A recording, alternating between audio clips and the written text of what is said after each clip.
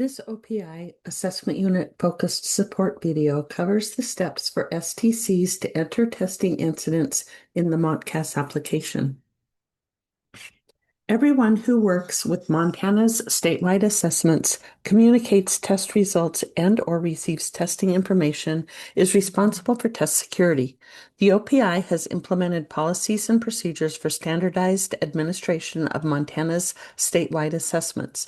As part of the test delivery process, the OPI has established policies and procedures around ensuring statewide assessments are administered with fidelity across schools and districts.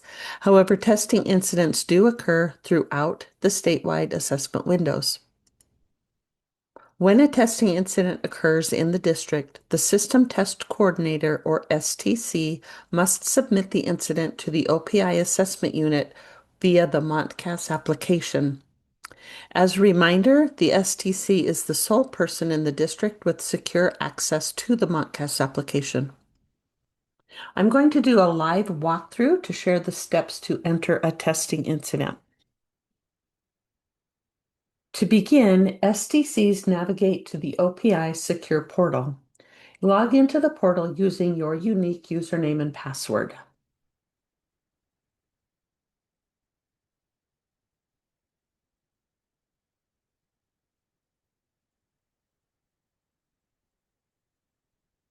From the home screen, you'll select the MontCAS icon, the Montana Comprehensive Assessment System icon. From this home screen, you will select the Report Testing Incident link for under the Throughout the School Year heading, or from the menu on top, the data entry, you can use the Enter Testing Incident link. On the next screen, your district should, typically your district will auto-populate, but if not, or if you're the STC for more than one district, you'll select the district for which you're entering the incident. I'm going to use a demonstration district so that I'm not sharing any personally identifiable information. So once your school and district are selected, you will see, first of all, a table here that will show if you have entered any other testing incidents. You'll see that Mystic Falls High School has entered one. Hawkins Middle School has also entered one. If you haven't submitted any for your school, you'll see there will be no table will show up there for you. So we're going to enter one for Hawkins Middle School today. For this example, let's say this happened, we'll say it happened on December 9th. Has OPI been contacted regarding this incident? If you have spoken with someone in one of the assessment specialists in our unit about this incident, you would check yes here. If you have not spoken with anyone, we're not aware of the incident having occurred, then you would select no there. Either one is going to take you on to the next screen. Here, if you have an incident, say, that did not affect a certain specific student, you can put information in this explanation box, and you won't be required to put an SSID number there. You will be required to put a grade level. Say you had a fire drill that stopped testing. That's going to affect a whole classroom rather than a specific student. So on that one, you would not put in the SSID number and it will let you move forward. In this case, we are going to select a student. You put their SSID number there, and then it's going to pop up and say, yes, you do have a student.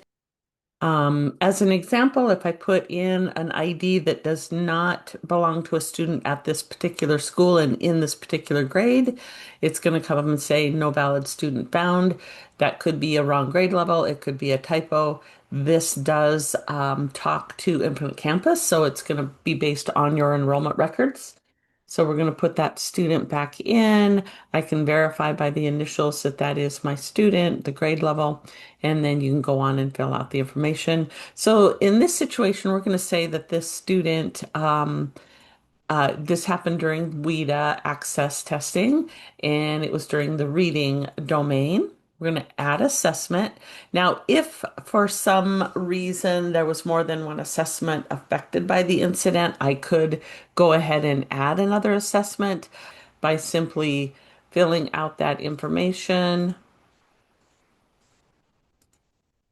and adding. So we're going to delete that one because this just happened during read access.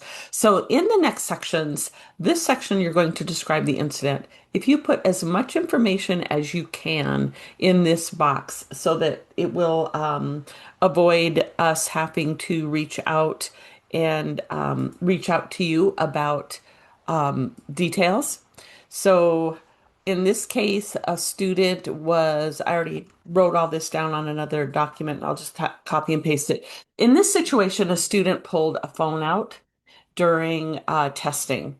Now, if you just put the student pulled out his cell phone, the TA noticed it, approached the student, and it appeared the student was looking at social media. If that's all you write in there, you're going to get a call from us. We're going to say, hey, what happened? What happened after you saw the phone?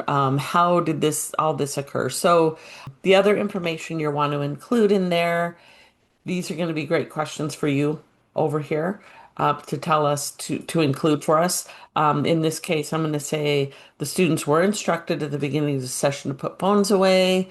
What else can you tell us? This one's going to say the student's phone.